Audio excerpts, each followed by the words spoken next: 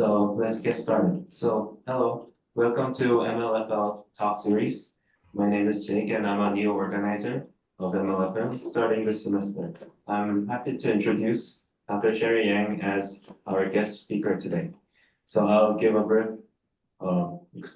brief intro of Dr. Sherry Yang. Sherry Yang is an assistant professor of computer science at NYU Cornell and a staff research scientist at Google DeepMind. She researches in machine learning with a focus on reinforcement learning and generative modeling. Her current research interests include learning world models and agents and their applications in robotics, AI for science. Her research has been recognized by the Best Paper Award at iClear and various media outlets such as VentureBeat and Twimo. She has organized tutorials, workshops, and served as area chairs at major conferences such as NeurIPS, iClear, ICML, and CVPR. Prior to her current role, she was a postdoc at Stanford working with Perseverance, and she received her PhD from UC Berkeley, advised by Peter Abel, and a master's and bachelor's degrees from MIT. So please welcome Sherry Ann with a round of applause. Okay.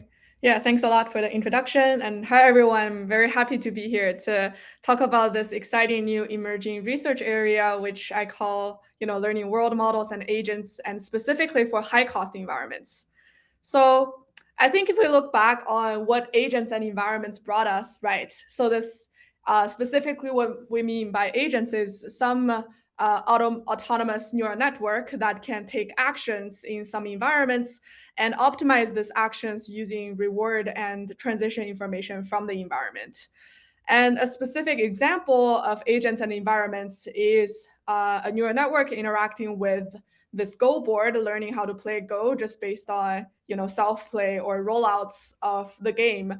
And as a result, we have AlphaGo that can outperform human players. And what is some other examples of agents and environments? If you look at the more recent agents backed by large language models interacting with some external tools such as the computer terminal or some kind of execution environment. And what you see is that we can again train superhuman agent to achieve gold medals from competitions like ICPC, which is a programming competition. So does this mean like we've already achieved AGI, right? Like we have some agents, we have some environments, we get some superhuman performance.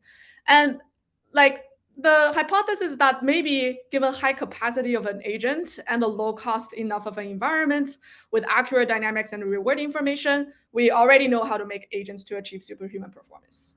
For example, through reinforcement learning. We saw this for AlphaGo, we saw this for math and coding problems. But notice that there are a few assumptions, right? One assumption is high capacity agents, which is kind of true with neural networks and language models these days that have billions of parameters. And we have the assumption about low cost, which is kind of true for the first two examples I showed you for games and also for programs that can execute fast. And then the assumption about accurate dynamics and reward, right? This is only known in environments like games or in these program execution environments where we can actually get the ground truth program execution results. But a lot of these assumptions actually does not hold, especially around the low cost interaction aspect. So for example, in robotics, the cost is in nowhere low, right? You are actually running real robot in practice and you're bottlenecked by the single robot that you have. You can only execute one action at a time, as opposed to, being able to search broadly as in Go. And this is just one example of the physical environment, which is definitely not low cost. And even in virtual environment, there are still situations where the cost is not low. For example, if the agent is trying to perform tasks such as machine learning engineering, right? Each of this action requires the model to come up with some ML solution to some particular ML problem, training a model, observing the outcome. And it could take, days or months for if the problem is to train the best language model. So in this case, the cost for executing action is definitely not low, even though the interaction is virtual. And once we go even beyond these physical and virtual environments into more scientific environments where you're actually, this interactive process actually require you to run some scientific hardware, such as, this X-ray diffraction for, getting pictures and understanding of biological or organic or inorganic structures. In this case, the cost again is bottlenecked by the hardware and is not low cost at all.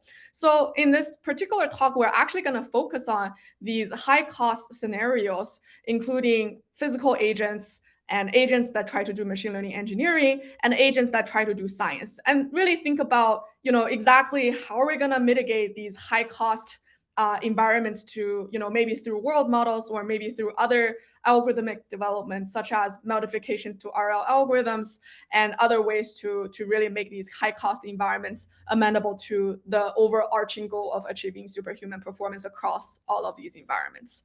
So, we'll start by, talking about how exactly we can leverage world models to reduce the cost of physical agents.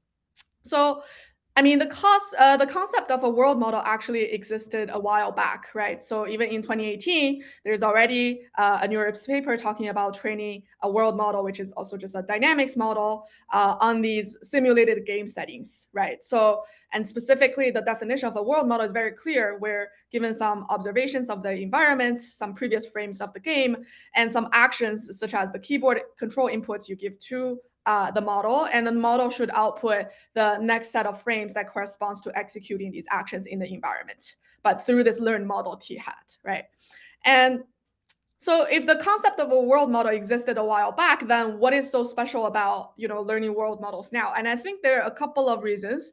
For one is that we actually started to see these scalable video generation architectures backed by transformers only until recently. And another good reason is also only after, the revolution of language models, we started to notice that we can also use internet scale video data. And so the combination of large scale video generation architectures and internet scale video data is what makes world modeling very special now. And specifically, the large scale video generation architecture boils down to various variants of this particular architecture, which is called DIT, diffusion transformers, which was initially introduced for image generation, but later on was adopted for video generation, where in the architecture we have some encoders to make sure that we're modeling this dynamics in some kind of latent space of the observations. So the encoder takes some observations and turns them into some latent Z. And of course, you train the decoder to reconstruct the original observations. And you train like an autoregressive transformer-based backbone on these latent through a diffusion model, where you can autoregressively generate these latent tokens and diffuse these latent tokens before reconstructing these future frames. So this is kind of like the canonical video generation architecture that people use nowadays.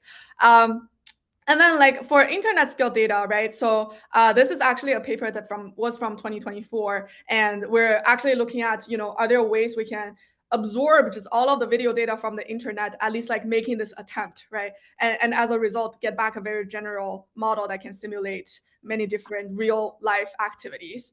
And the specific kind of data we sort of, looked at actually are pretty diverse. And for example, we can actually have various abstractions of actions, right? So the actions can be very high level. It just, text, very abstract, describes the activity in this video. So if we can condition the model on the initial frame and this kind of text action and generate these future frames that correspond to this action. And then in this, dynamics model t-hat, so the model can have kind of like learned what it means to be able to cut peppers, right? And not just that we can condition on these high level actions, we can also condition the model on these low level actions of delta X, delta Y's, of robot controls, like how to move the robot endpoint. And in this case, right, we're again using the same model, we're just modifying the input slightly. The model now serves as a dynamics model for these very low level dynamics, like, across each frames, how should the endpoint of the robot move? And not just like you have these, real robot data, but maybe the real robot data is really not in a large quantity. So you can have like simulated robot data as well, which is large in quantity, but maybe it's not very realistic visually. But at least it's large in quantity, so we can integrate all of these data sets of different characteristics. Some data have humans, some data have robots, some data are real, some data are simulated, all into like the same model. And same for navigation, right? So in the past, navigation and manipulation are always treated as separate problems, but now through this action condition future frame generation, we actually can train a single model across all of these data sets, and as a result, get back a more general model. So that is kind of like the whole concept behind Unisim. And just to give you some examples of what the output of the Unisim actually looks like, so you can actually go to the website of this paper and check out this live demo. But here I'll just play the video where you can choose different activities, like different actions that you pass to the model, and the model can actually generate the frame starting from the same initial frame that corresponds to performing these activities. So you can really control the interaction by giving it different text actions. And you can also use the environment to kind of construct, what happens, have some text on what would be uncovered if the napkin is removed, right? You can specify, okay, a spider is uncovered, and then you can start to interact with the spider. I don't know why you would want to do that, but nevertheless, this is really showing you like anything could be possible that's hidden behind this piece of cloth, right? And so this is really showing you what we only get this from internet scale data, right? Because otherwise the model wouldn't have known what an apple is or what a plate is. But like nevertheless, using text, we can compose these different concepts in this learn simulator. Okay, so I mean that's in 2024, right? So like what has happened in the past year, right? So I think my group has really been spending a lot of time in thinking about exactly how we're going to use a world model, right? Because these demos are interesting, but it's like it's not satisfying because you're mostly just like looking at these videos. So you actually want to make a world model useful, right? Maybe they have applications in like movie generation or in virtual reality, but I want to talk about a particular application I think that are very relevant to a lot of people doing robotics research, which is to use the world model to evaluate policies, which is actually a very intuitive idea, and especially because of the pain that is associated with real world evaluation of robot policies, right? And for those of you who work with real robot, you will understand because there is a very high time cost in the sense that you have a single robot arm and you're trying to run some evaluations. To make sure it's reproducible, you have to run in multiple trials, and then the time is linear and you have a single arm, so you just have to wait, and then you are running a suite of 10 tasks, and that's just going to take forever, right? And not just that, you have the safety concern where if the policy is doing something unsafe, you just smash the robot hand into the table, and now you have to wait for months for the robot hand to be repaired. So this is very inefficient. And alternatively, people have tried to evaluate robot policies in a simulated environment, but then like even good simulators today still cannot render the real life in a very realistic way visually, and also cannot model the physics very accurately, right? So, and also like you can't really do arbitrary out of distribution test without a large engineering effort to introduce a new scenario into the software-based simulator. So, what we did in this pretty recent paper that is just put on arXiv called WorldGym, World Model as an Environment for Policy Evaluation, is that, we take this OpenX embodiment data set, which is a large scale robot data set that was collected by a lot of different institutions. And this data set contains videos of robots and also actions, these, low level controls for the robots. And what we do is we just train a single model, the model we described earlier, that's conditioned on the first frame and some future actions to predict the future frames. And as a result, we can get back this very, controllable model where the controls are very low dimensional, very low level, precise action controls, such as how to move the robot arm, right? So to give you some example, we actually did like a very simple test, which is after we train the model, what if we just move the robot hand across different action dimensions? So you actually see that, for some action dimensions, the robot hand is moving left and right.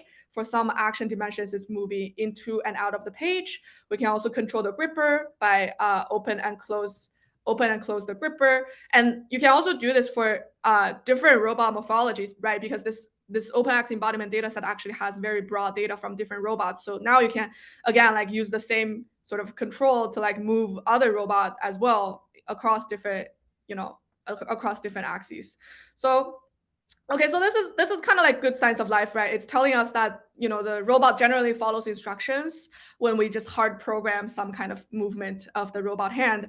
And then the next question is, how exactly are we going to use this world model to evaluate policies? And so what we did in this paper is that we took these 3 policies. They're all somewhat of a vision language-based policies. So Octo and OpenVLA and RT1 from Google, right? So, and what we do is that we just simply roll out the policy, right? We give the initial frame to the policy, and then the policy generates some actions. And then instead of executing these actions in the real world, like people usually do for evaluating policies, we actually execute these actions in the world, in the simulator, in the world model, and we give back the last frame of executing these actions back to the policy, and then the policy can continue from the generative frame to continue to try to generate actions to complete this task, right? But now we only have the video rollout from the policy, but in order to evaluate the policy, we actually need a reward function, right? So how good is the policy performing? And usually for software-based simulators, you have heuristics for measuring task success. But for a world model, we actually need to rely on a visual language model to look at the rollout from the policy to judge whether the task was successfully completed according to the rollout from the world model. So this is kind of like the pipeline, and I just want to show you some examples of what happens when we roll out different policies like OpenVLA and Octo and RT1 in the world model. So in this case, you can see the OpenVLA, the task is to put eggplant into the pot. And the OpenVLA seems to be doing something reasonable, right? It grabbed the eggplant and it tries to put it in the pot. And then for Octo, it struggles a bit. It was able to grab the eggplant, but it wasn't able to put it into the pot. And we also let the policy run for a very long time, right? So just to give them additional chances, but nevertheless, some policy are just not successful.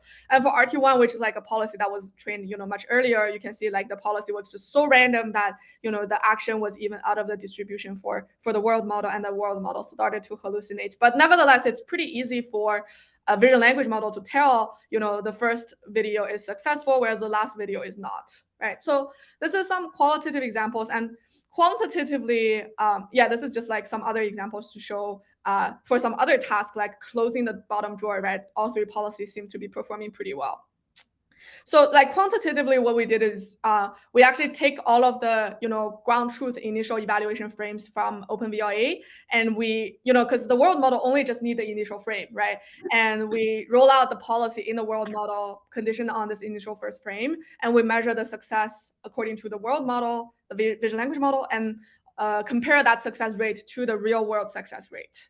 That is reported in the OpenVLA paper, right? And what we found is that the predicted success rate, like these darker colors, actually, stays very close to the ground truth success rate. Maybe the difference is like 2 to 3% across different policies, but nevertheless, it's the evaluation in the world model is able to preserve, relative performance of the policies. Like OpenVLA performs better than Octo, performs better than RT1, and the scale is generally correct, right? So this is very encouraging. But this is just really showing you like we can use a world model to evaluate policies. But what are some additional things we can do with the world model that isn't so easy to do in the real world? So here are some more examples to convince you that the world model is doing something reasonable, right? So this is comparing across different model versions. So Octo actually has a smaller model and a larger model, and we found that larger model generally performs better than the smaller model according to the world model. And OpenVLA also has different versions, and we found like the best version they've released also works better than the previous version of their model.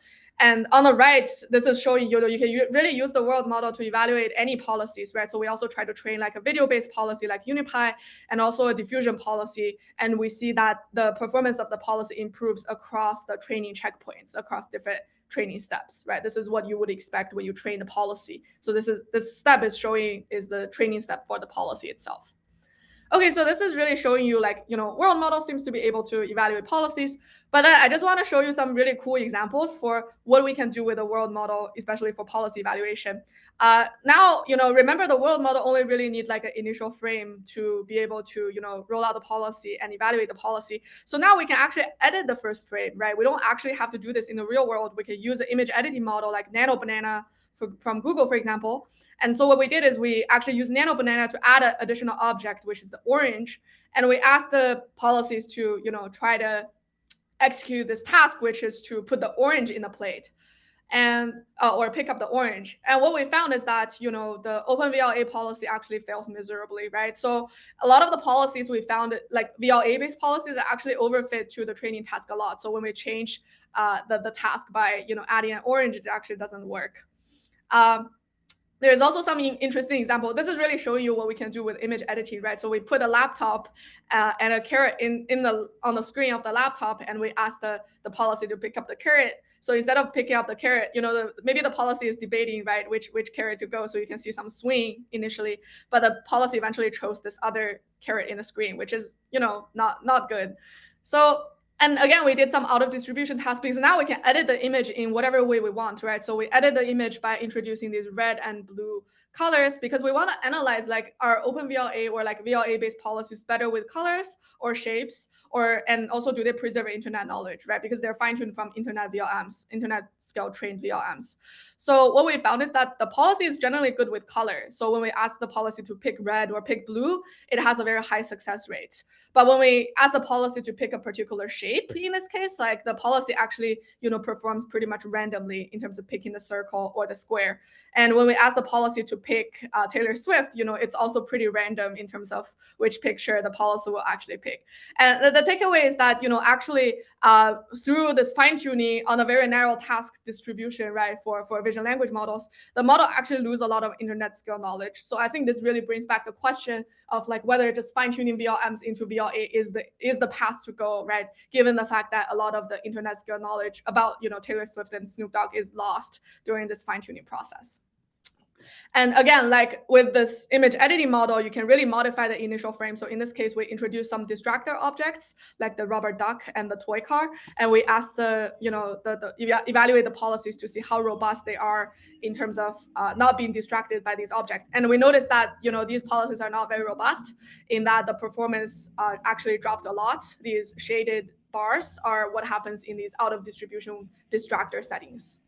So, this is very hard to do because if you want to do this in real life, you actually have to buy these objects and place them in. So, that I don't think more needs to be said for the value of evaluating policies in the world model. So I think to come back to other usage of the world model, there are additional usages such as, using the world model to improve policies through RL. And there's also, using the world model to do search and planning. So there are some additional work such as vision language planning and also video agent, which is a recent collaboration also with students here at UMass as well. So feel free to check out these papers as well. So I think the takeaway from, using a world model for physical agents is that, we can actually have these broad data sets of, broad knowledge from the internet, from human videos, from robot videos, and get back this very general simulator. And that can be controlled at different abstraction levels, right? They can be controlled by text. They can also be controlled by low-level robot actions. And then, of course, there's various usage of the world model in policy evaluation training, and this is what we're going to significantly lower the cost of physical interactions by using the simulators. Okay, so that is kind of like the first part of today's talk where, we can use world models to mitigate the high cost physical interactions. But what can we do for scenarios where, we still have interactions that are virtual, but actually takes a long time, right? So, and I think like engineering and machine learning engineering is like a very intriguing problem setup because it is kind of one of those things that the model isn't able to do super well now, but yet it is like rich enough to be, maybe the ultimate goal is to develop an agent that can improve the architecture of itself, right? So, so the setting for MLE and agents is you have some problem description like a Kaggle challenge where you have some task and you have some data. And the data is split into train and test. And your goal is to have some LLM agent takes this description and generate some high-level plan, right? Usually in this plan, you will see things like, the model will be used and where to load the training data and what kind of loss the model will use and what kind of evaluation the model should use and, finally where to save its output. Right. And after this high-level plan, the agent will generate some low-level code, like implementing this step-by-step plan. And what happens next is that this code will be executed in some environment like the interpreter, and then there will be some execution traces that's feedback to the agent, and then the agent is prompted to improve its previous solution based on these execution traces. And you can do this in the loop, right? And the final goal is to maximize the performance on the test split. So this is a very clear setup where the reward is very clear, the goal is very clear as well.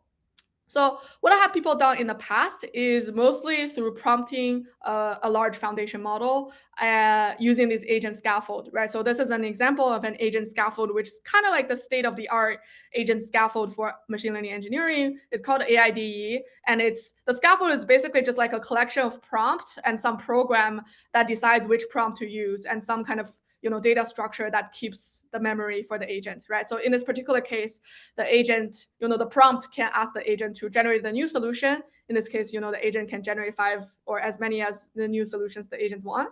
And the scaffold can also prompt the agent to maybe debug a previous solution, right? Give it the error trace from the previous run. And you can also the scaffold can also ask the agent to improve a previous solution if the previous solution is bug free, right? And then what happens now with these agent scaffold is that it just runs for hours, and we just hope that magically by in context learning the model can just improve its performance on this particular task. So this is kind of like the current state of the art for, not just MLE agent, but a lot of these, agents with scaffolds.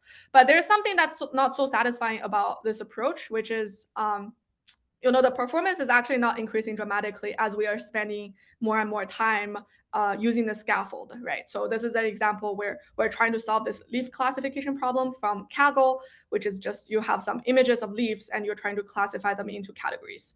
And we see that running the Claude 3.5 SONET plus the state-of-the-art agent scaffold actually just plateaus after 24 hours, and the scaffold is just not able to find better solutions.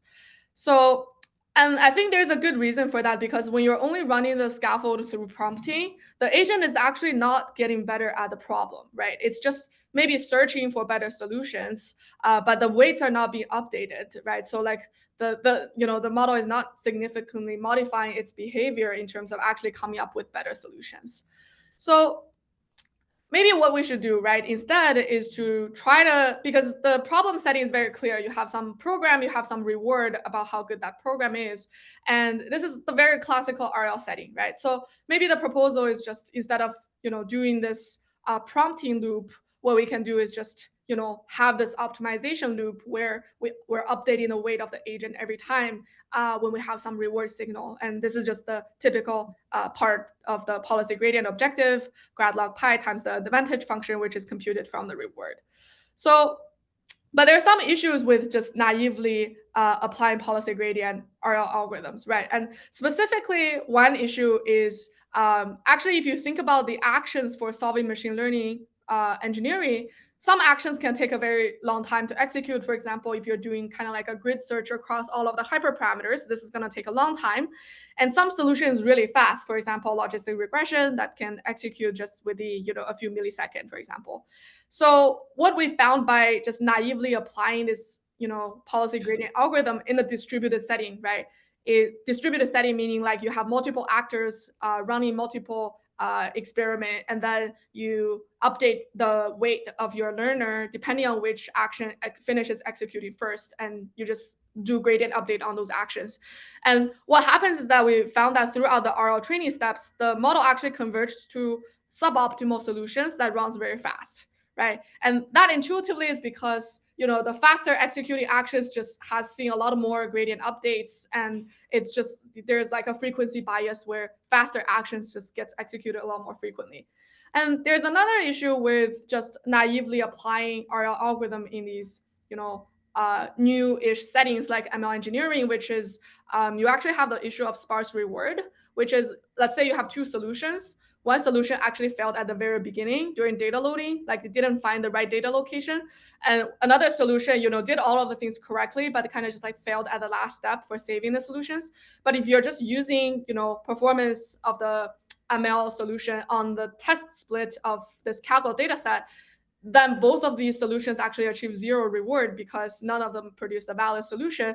But clearly one of them made further progress than the other, right? But the sparse reward actually isn't able to distinguish these two solutions. So to mitigate the issue one of this, variable duration actions, which is really like a practical problem when we start to apply RL to these practical agentic settings, is actually very simple, right? So you have your previous naive policy gradient objective, which is grad log pi times the advantage function summed across the steps and averaged across the stochasticity in the policy and in the environment. But remember, we have this frequency bias that the action that execute faster will get updated more frequently. So to mitigate that, we can simply just like reweight the original policy gradient objective using the duration of each of the actions, right? So the math actually works out that we actually get an unbiased estimate of the gradient of the policy gradient, assuming we have variable duration actions, right? So you can check out the math from the paper, but the takeaway here is that we can make some simple modifications to the policy gradient algorithm to make them work a lot better in these more practical settings where different actions take a different amount of time.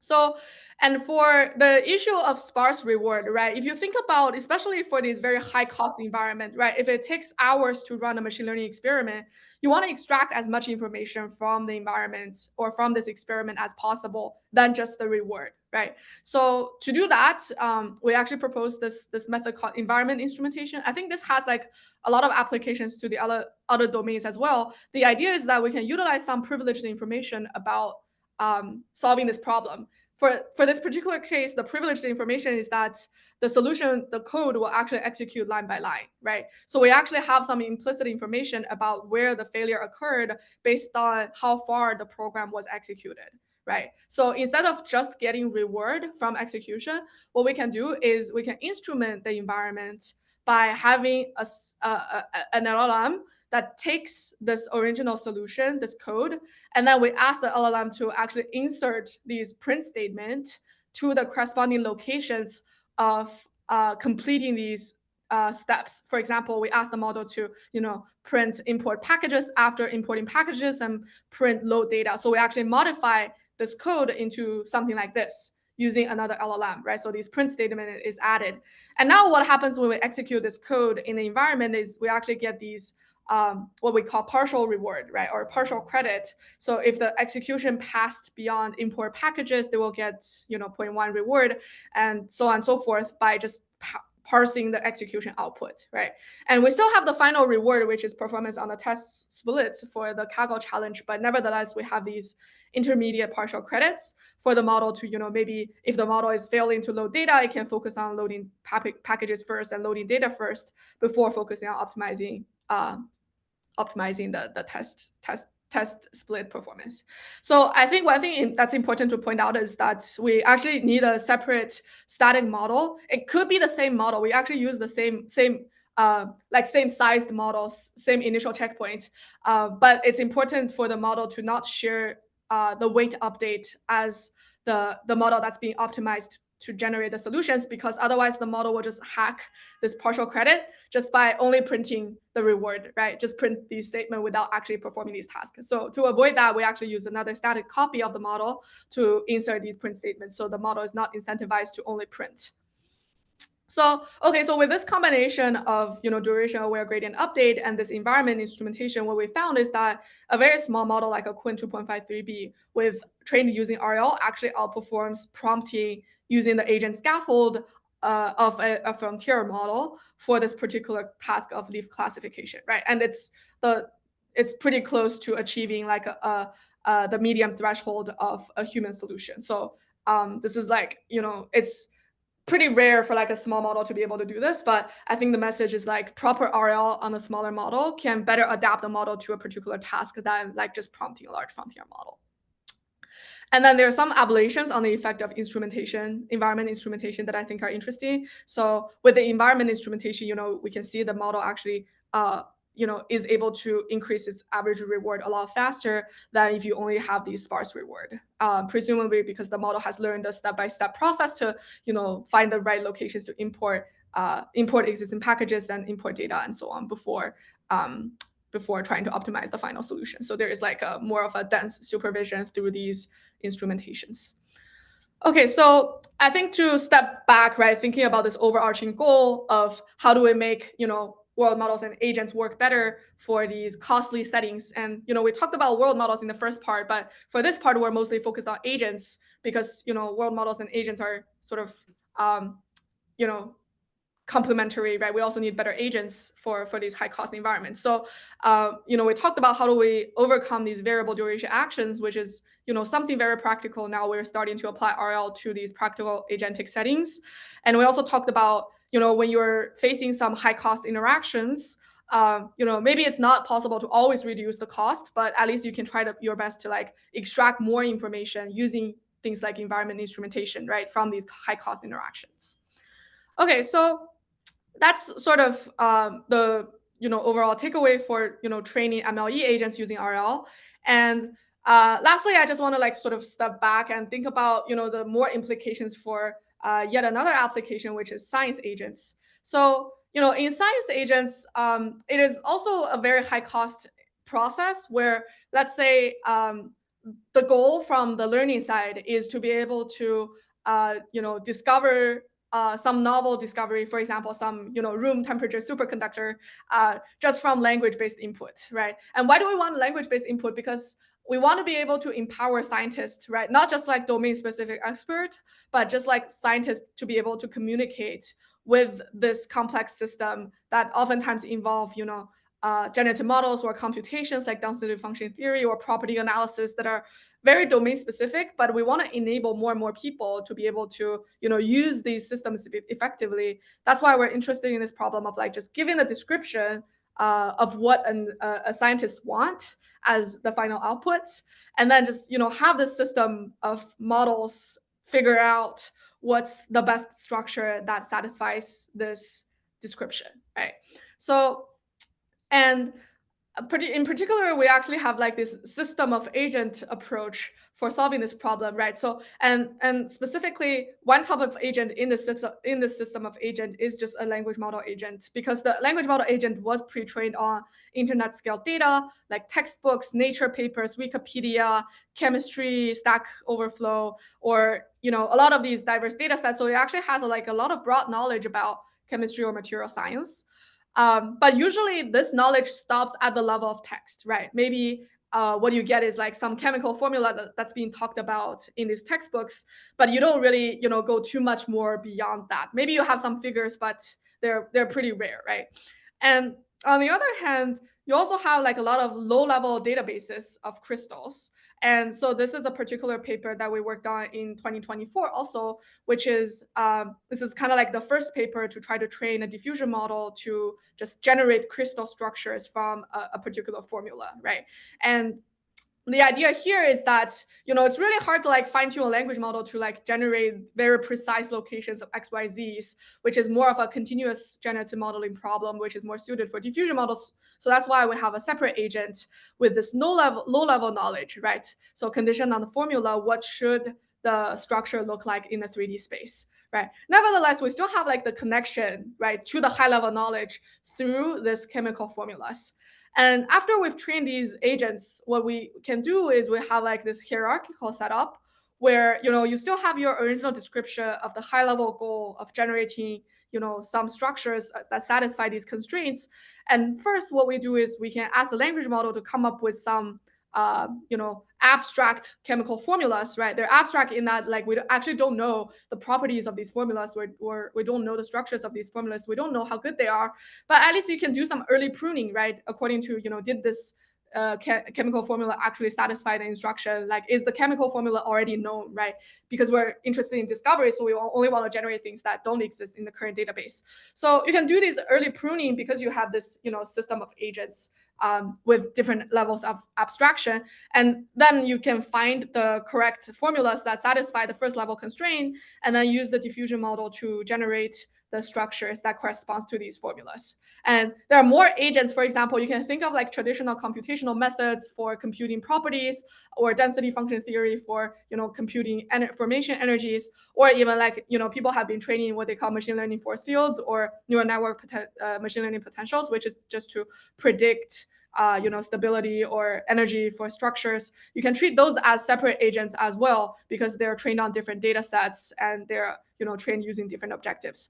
But nevertheless, so in this particular paper from NeurIPS 2024, it's called generative hierarchical material search. So the idea is like you can start from something very high level and gradually go through these levels of abstractions, using text, using structures, and do these early pruning, right, to improve the search efficiency for finding something useful. And in fact, what we found is that we can scale up the compute, right? So this is the bitter lesson from Rich Sutton, but now we're applying it to maybe science, where we just let the computations do the job, right? We sample multiple language formulas, and we sample for each formula. We can sample a lot of structures, and we can use these computations to filter the structures. And it turns out the higher the branch in the language, and also the higher the branch we have in the number of structures we generate per language or per chemical formula, we actually can find better and better materials, right? So this is kind of like a scaling the inference time compute in terms of how many formulas we generate and how many structures we generate. So this is very interesting, right? Very promising. And I think like maybe to think about the advantage of generative models compared to maybe more classical computational based methods, right? So and exactly what does generative model bring us, right? So why should scientists actually think about switching from their traditional tools into generative models? I think it's not like the traditional tools should be replaced. I think that the traditional tools actually have usage for a different axis than generative models. So if we think about a lot of these traditional tools, they rely on some domain specific knowledge about structures that oftentimes require some like locality information. By locality, I mean the disturbances that people can introduce to the system has to be minor. So for example, this is like ab initio random search, which is like an algorithm for discovering materials, novel structures using computational methods. And what it does is it just randomly initializes some structures, and it does some local relaxation, right? So each of the atom you can see actually gets moved just a little bit, and locally, like you can make some local modifications to these random structures, and as a result get back a few different structures, and you can find the stable structures. But nevertheless, like a lot of these relaxations or computation has to be done locally, so you can't really have a very different structure from known structures to be able to relax them using the traditional methods. But if you think about like what kind of generalization we get for generative models, it's local, but in a different manifold, right? It's almost like compositionally local in the sense that maybe we have some data set of astronauts and we have some data sets of horses, but we don't have this, any natural image of an astronaut riding a horse. But nevertheless, maybe you have another image of a kid riding a horse, right? So this concept of riding actually is present in your data set. And now you can just, by this conditional generative model, you can compose together these different concepts from different data sets and get back a very realistic image, right? And similarly, to apply this concept to other domains, right? So this is more of a recent collaboration on generating metal organic crystals, materials, frameworks. So again, like you have some data set of organic materials and data set of inorganic materials. And these two domains are separate enough, right, for the domain to even be separate subjects like chemistry and material science, right? And oftentimes people have different data set for organic stuff and inorganic stuff. But nevertheless, when we train a single model, right, absorbing all of these broad data set by conditioning on formulas, we can actually compose together data that was never seen together, that's very frequently, right, similar to astronaut riding horses, just by using this conditional or compositional generalization conditioned on chemical formulas, like similar to how we're conditioning on astronaut riding horses, right?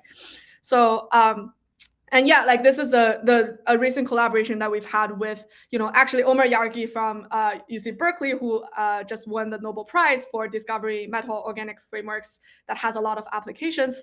And this is just some examples of the recent output of the recent collaboration, where we use language model to generate formulas, diffusion model to generate structures, and other agents to filter these structures. And we have a few examples of AI generated MOFs that were never found before, and these MOFs were actually we were able to synthesize. The Yagi's lab was able to synthesize these MOF structures, which is quite impressive, right? This is really going from generative models to something that's realistic in practice. So I think coming back to science agents, I think yes, the process from designing structures and verifying their properties and then synthesis, right? Like it really takes a lot of time. It is very high cost, but nevertheless, when we have some kind of specialization, right? Agents that are responsible for different levels of abstractions, agents responsible for formulas, agents responsible for structures, agents responsible for properties, we can actually do early pruning to really increase the chance that when we have to enter the expensive step, like making the structure, synthesizing the structure, we're more confident that the structure is actually good. And I think there's also some other kind of aspect of lowering the cost, which is, if you're running these traditional computational methods that are very local, you have to run them for a very long time to be able to discover something that's more different from some local structure. And nevertheless, like the generative model allows us to almost traverse in this compositional world, conditional formulas very easily, right? So that's just some takeaways from the science agents. So I think maybe I'll just spend the next 3 minutes talking about, we've sort of chat about world models and agents, but like so far the three components still seem quite separate, right? We talked about world models for physical agents, we talk about RL for MLE, we talk about system of agents for science, but how are they all connected in the overall agenda of being able to empower agents and world models for these high cost environments? And I think they're connected for these following reasons. And I think we should be thinking about working on these domains more, right? So one particular domain is thinking about world models beyond robotics, right? What would a world model for engineering and science look like?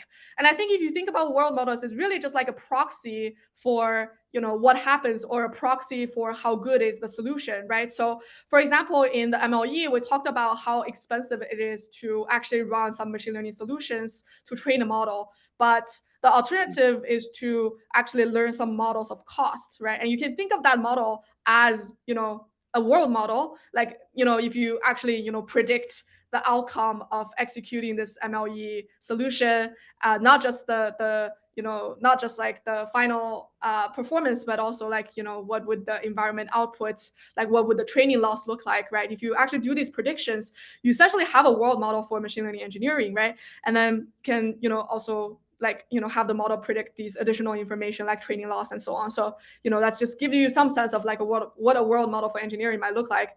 And similarly for science, right, we talked about like DFT, or this is like one of the tools that people use that's very local, because a lot of the quantum stuff, like my understanding is very limited, of course, is that they can only make minor modifications to the existing system, right? And then so one of the challenges is actually being able to run these calculations for very long time horizons, right? You want to simulate not just for the immediate next time step, but you want to simulate like for very long horizons of interactions.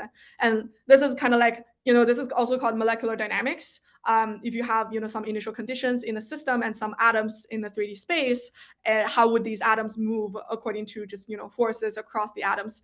And it turns out that we can really model this, and the world model for this molecular dynamics will allow us to jump arbitrarily far into the future, right? Be able to, like, similar to how you can generate a video that's very coarse grained in terms of frames per second, but you can look very far ahead, right? So similarly for molecular dynamics. So I think like thinking about learning world models for systems like molecular dynamics is also quite intriguing.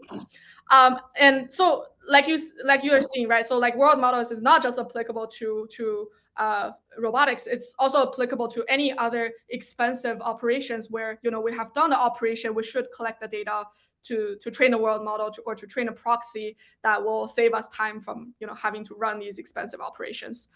And then we saw the concept of this hierarchical search pruning across different abstraction levels, at the formula level, at the structure level. But nevertheless, right, like when you have a world model or like a model of, consequences and what happens, you can actually do a lot of hierarchical sort of search and pruning. And actually, you've already saw this, how the scaffolding is utilizing, this tree structure to, decide which solution to improve and which solution to prune.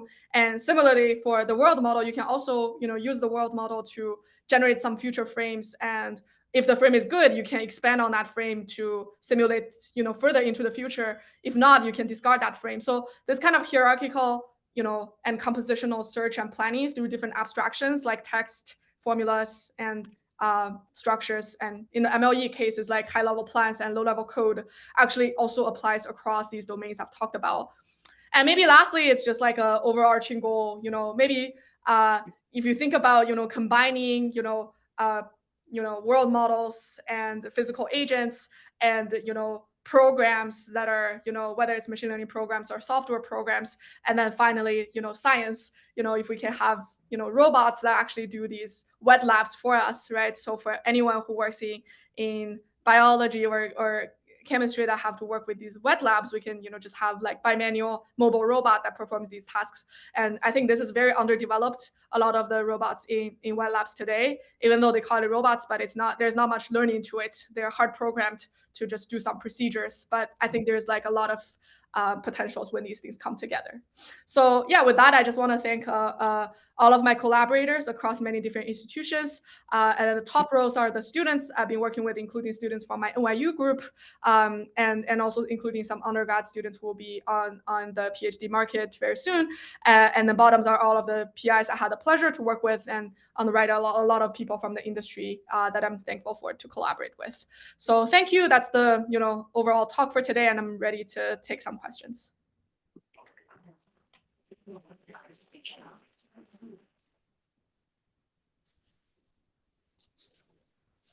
Thank you for the insightful talk on bringing intelligence from simulation to the real world, overcoming variable duration actions with MLE agents, and applications for material science.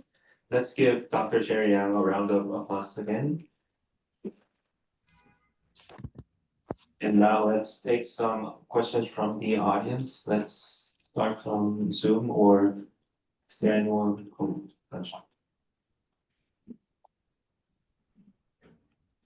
Hello. Yeah, thank you for the great talk. My sense of reinforcement learning is that we tend to extract more performance out of models by somehow incentivizing them to be more verbose. I mean, this kind of solves the partial credit problem because I think, as you covered in the environment, what was it? Environment instrumentation. Yeah, environment instrumentation, we can extract partial credit.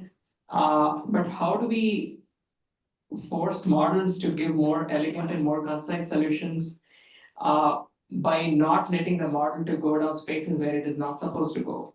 How do we identify that as a problem?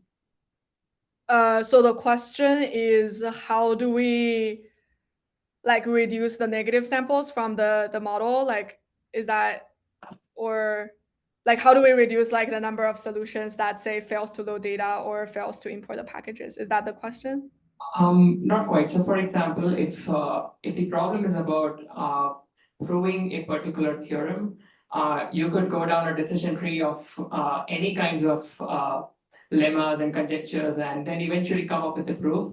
But in some of the cases, you don't actually need to go down that particular path. There is a more elegant way of arriving at a proof in fewer steps.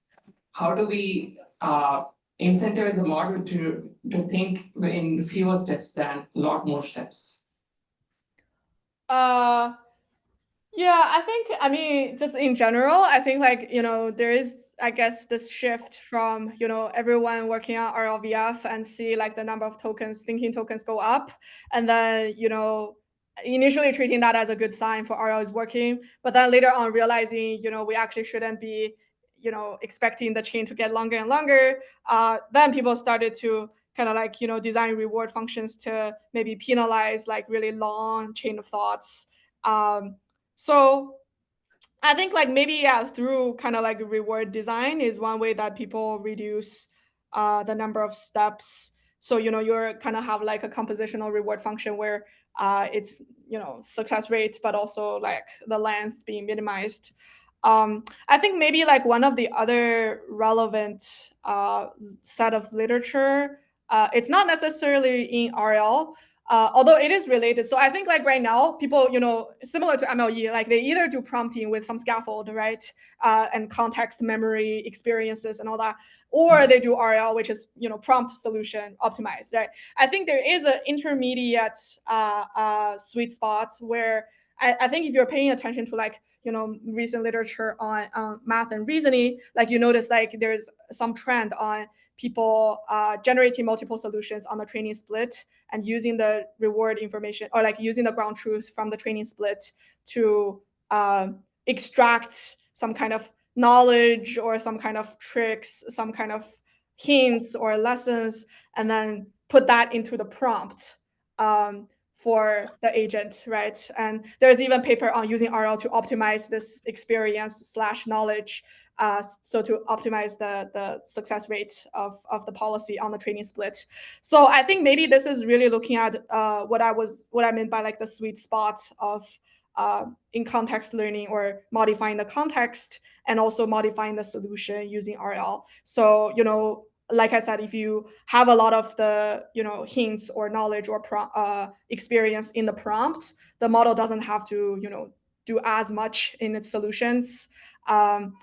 You're shifting some of the output into the input that is perhaps more general across the problems. So maybe that's like another answer to your question, other than just like penalizing the length. Okay, thank you. Yeah.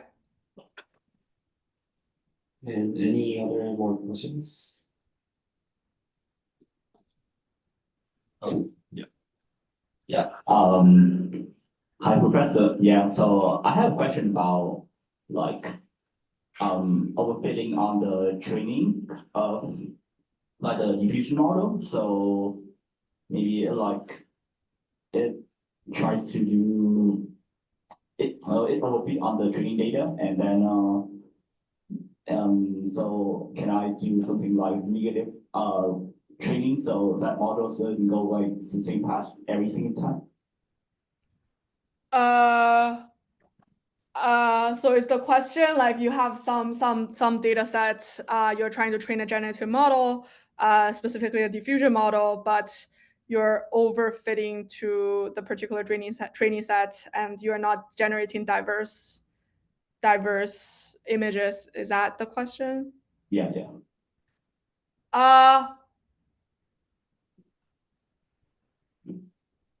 I mean, there's the obvious solution, which is just to grow the data size, right? So I think maybe I'm not sure if, because I heard you also talking about like using negatives. I'm not sure if this is sort of in the context of like world modeling or video generation, where you train a diffusion model to predict future frames. And when you sample from the video generation model, you get successful rollouts or conditional text, and then you also get some samples that are hallucinatory, right? And then whether it's an overfitting problem, I guess any generalization failure to generalize to an out of distribution text prompt, you can say that is overfitting to the training data, but so maybe you're asking, okay, so let's say we have some negative samples. How can we, use these negative samples? And I think the answer is that, it's similar to language model. You can, do maximum likelihood on a sequence of tokens during pre-training, right? And then when you have some reward information about solving math problems, you can do some RL fine-tuning. And I think there are work on, running RL fine-tuning for diffusion models. Like when you have multiple samples, some of which are good, some of which are bad, you can automatically maybe determine which ones are bad using a VLM. And then you can, use the negatives by, pushing down the probability of producing these negatives. And there's, quite some literature on using RL to fine-tune diffusion models. Thank you for your answer. Yeah. Okay, so time's up. So thank you everyone for joining, and thank again Dr. Sheridan for today's talk. Okay, yeah, thank you. If you have follow-up questions, feel free to email me. Thank you so much. Thanks, bye. Bye.